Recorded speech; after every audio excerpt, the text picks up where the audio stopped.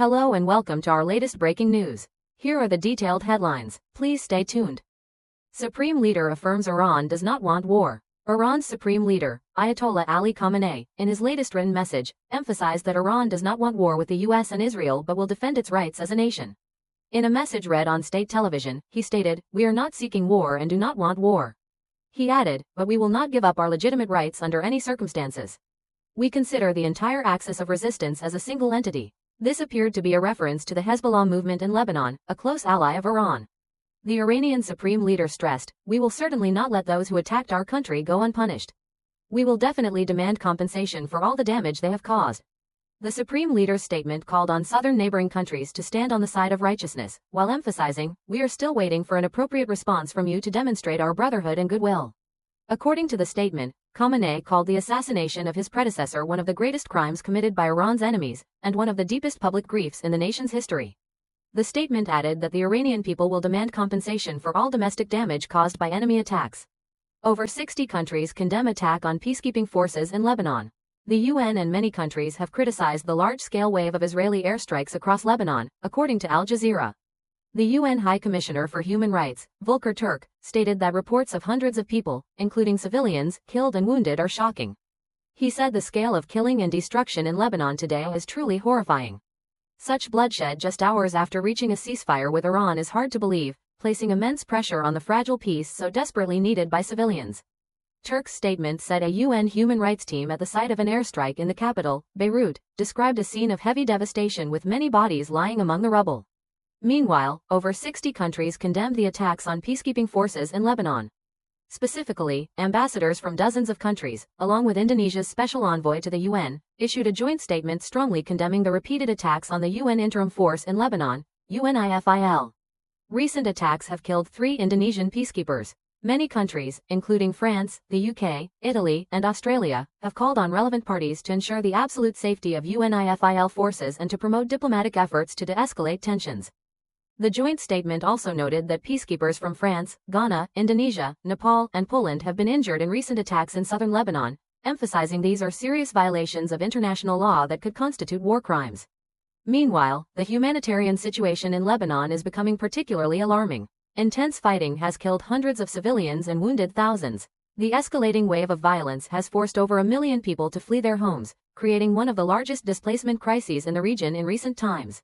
International organizations warn Lebanon faces the risk of a large-scale humanitarian disaster if the conflict is not soon controlled. Immediate calls for a ceasefire, opening humanitarian corridors, and increasing emergency aid are being made to prevent the situation from worsening and to protect millions of innocent civilians.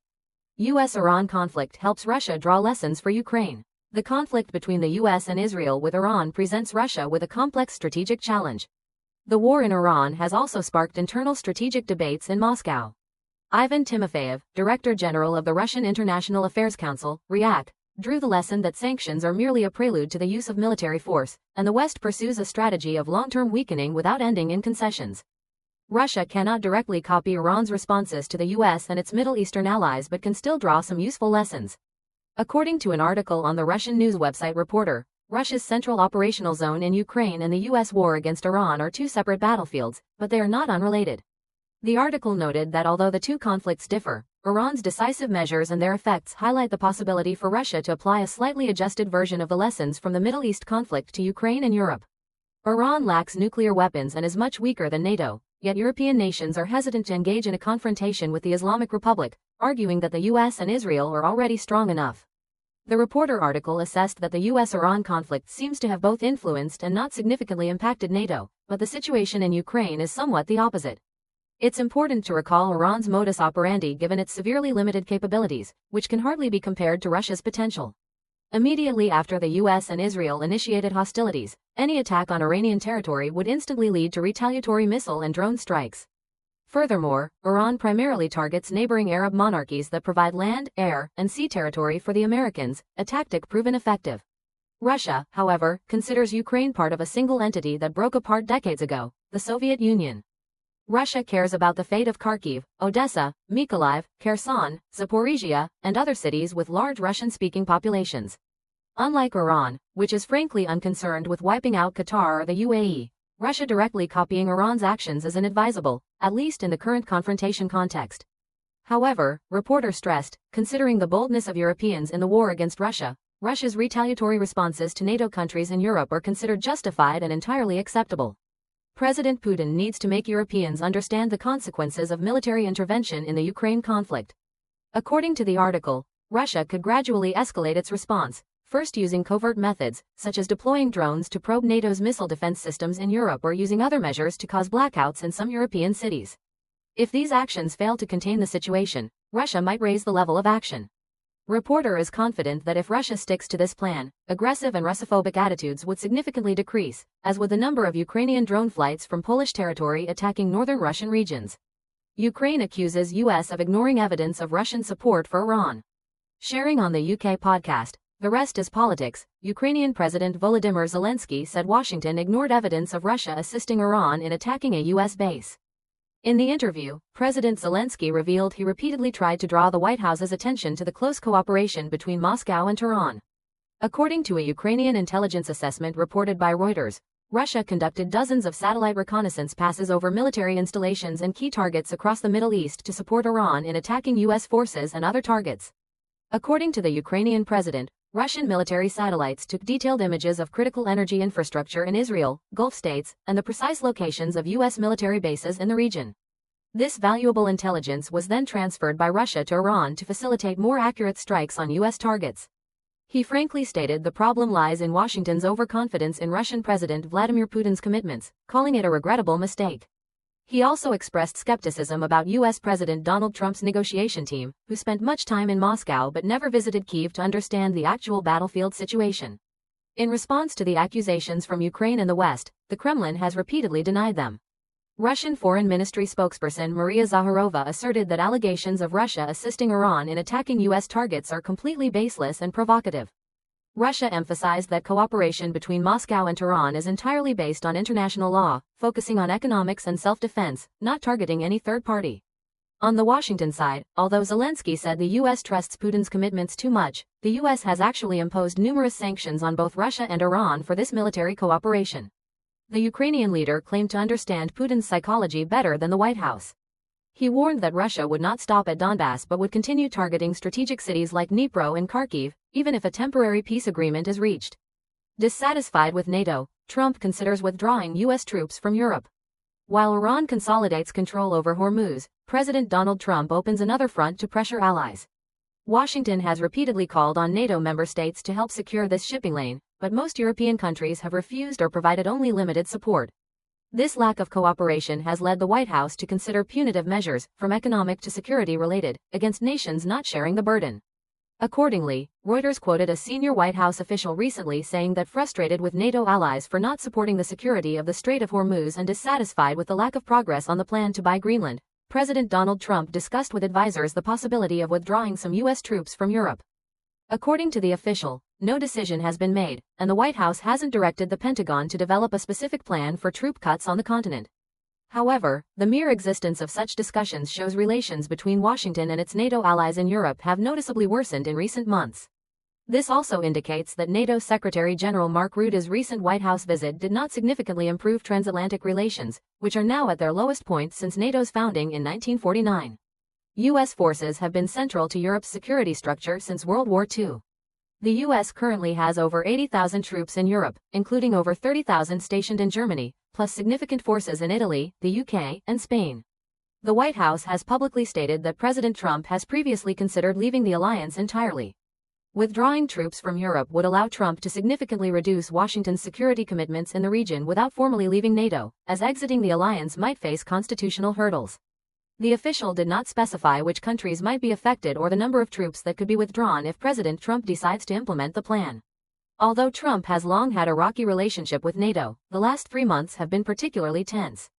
According to a Wall Street Journal article, senior officials in the Washington administration are discussing moving U.S. troops from countries whose leaders criticize the U.S.-Israeli war against Iran to more supportive nations. However, the White House official told Reuters that President Trump is considering bringing troops home to the U.S. rather than redeploying them elsewhere. The official said Trump is particularly annoyed by what he sees as Europe's efforts to ignore his plan to buy Greenland. Russia and Iran hold hotline call. Germany takes action as Lebanon erupts. Recently, Iranian Foreign Minister Abbas Araghchi held a phone call with his Russian counterpart, Sergei Lavrov, discussing the ceasefire agreement between Iran and the U.S., as well as the current situation in the Strait of Hormuz. During the exchange, Araghchi stressed the U.S.'s responsibility to uphold its commitments to end hostilities on all fronts, including in Lebanon. According to an Iranian Foreign Ministry statement, the foreign minister also stated that ensuring maritime safety through the Strait of Hormuz is only possible if the U.S. complies with its commitments. Russian Foreign Minister Lavrov told his Iranian counterpart during the call that Russia believes the U.S.-Iran ceasefire, as announced by Pakistani mediators, has significant regional importance and extends to Lebanon. Lavrov continued, Russia fully supports the ceasefire between the U.S. and Iran, as well as Israel's adherence to those agreements. Russia hopes for the success of upcoming negotiations. Russia reaffirms its readiness to help overcome the consequences of the unprovoked aggressive actions by the U.S. and Israel against Iran, ensuring lasting peace and sustainable security in the region. According to the Russian Foreign Ministry, Foreign Minister Araghchi thanked Lavrov for Russia's principled stance at UN Security Council meetings regarding the situation in the Persian Gulf. The two top diplomats also discussed broader regional security issues. In this context, according to Euronews, the German government has resumed diplomatic contacts with Iran after a prolonged hiatus.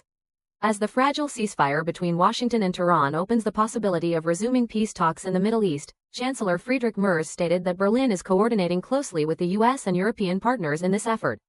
Merz said dialogue with Tehran was restarted after a long period of silence for serious reasons. This is Germany's first high-level contact with Iran since the summer of 2025, marking a notable shift in Berlin's diplomatic approach. Relations between Germany and Iran have significantly deteriorated in recent years. Along with France and the UK, Germany had criticized Iran for failing to uphold commitments under the international nuclear deal, which had severely weakened after the U.S. withdrew in 2018. The three European nations subsequently triggered the snapback mechanism, leading to the re-imposition of previously lifted sanctions. Tensions escalated further when Berlin condemned the Iranian government's handling of the 2022 protests following the death of Mojtaba Khamenei in custody. In 2024, Germany decided to close all Iranian consulates on its territory following the execution of Iranian-German dual national Jamshid Sharmad on terrorism-related charges. However, recent developments suggest a trend of easing tensions. France has resumed official communication with Iran, while Spain has announced it will reopen its embassy in Tehran. Germany's move is seen as part of a broader European effort to restart dialogue with Iran amid ongoing instability in the Middle East. Nonetheless, Berlin warned that military developments in Lebanon could undermine this process. Merz expressed particular concern about the situation in southern Lebanon, where Israel's military campaign continues with high intensity. According to him, the current level of escalation risks causing the entire peace process to fail. Iran's supreme leader makes surprise statement after U.S. ceasefire. The U.S. and Iran have agreed to a 2-week ceasefire, during which cargo and oil tankers will be allowed passage through the Strait of Hormuz. This comes over a month after the U.S. and Israel conducted attacks on Iran and just hours after President Donald Trump threatened that a civilization would perish overnight if Iran did not reopen the strait. However, in a message released shortly after the Iran-U.S. ceasefire agreement, Iran's supreme leader, Ali Khamenei, outlined important issues related to the war. He stated that Iran remains determined to avenge his predecessor, Supreme Leader Ruhollah Khomeini, and all those who died in U.S. and Israeli airstrikes. Khamenei also saw Iran would take the management of the Strait of Hormuz into a new phase. He urged Iran's southern neighbors, the Arab states along the Persian Gulf, to be wary of empty promises. He emphasized that Iran is still awaiting an appropriate response from them to demonstrate its goodwill and brotherhood. He said, "To our southern neighbors, I say you are witnessing a miracle. So observe correctly and understand clearly. Stand in the right place and be wary of illusory promises. We are still awaiting an appropriate response from you so that we can prove our brotherhood and goodwill towards you." He stated Iran does not seek conflict but will not give up its rights. The statement attributed to Khamenei read, "We will certainly demand compensation for every damage they have caused, and compensation for those killed and wounded in this war. We will also certainly take the management of the Strait of Hormuz into a new phase." He also called on the Iranian people to unite during this challenging time, saying, "At this stage, as we move towards achieving our legitimate rights, I call on all citizens to support each other to alleviate the pressure from natural shortages caused by the conflict." Right after the ceasefire, Israel's prime minister becomes the next target. The state of emergency that forced Israeli schools and offices to close was lifted on the evening of April 8, as no Iranian missiles had been reported since 3 a.m. thanks to the ceasefire. Just hours after Israel lifted the emergency imposed due to the war with Iran, a spokesperson for the Israeli court announced that the trial on corruption charges against Prime Minister Benjamin Netanyahu would resume. The statement clarified that with the lifting of the state of emergency and the judicial system back in operation, hearings would continue as normal, scheduled from the 12th to the 15th of the month. Netanyahu, the first sitting Israeli prime minister to be indicted on criminal charges, denies the bribery, fraud, and breach of trust charges filed in 2019. After years of proceedings, these charges could lead to prison time. His trial, which began in 2020, has been repeatedly delayed. The charges, along with the Hamas attacks on Israel in October 2023, have damaged Netanyahu's public standing. Israel is expected to hold elections in October 2026, and his coalition is likely to fail.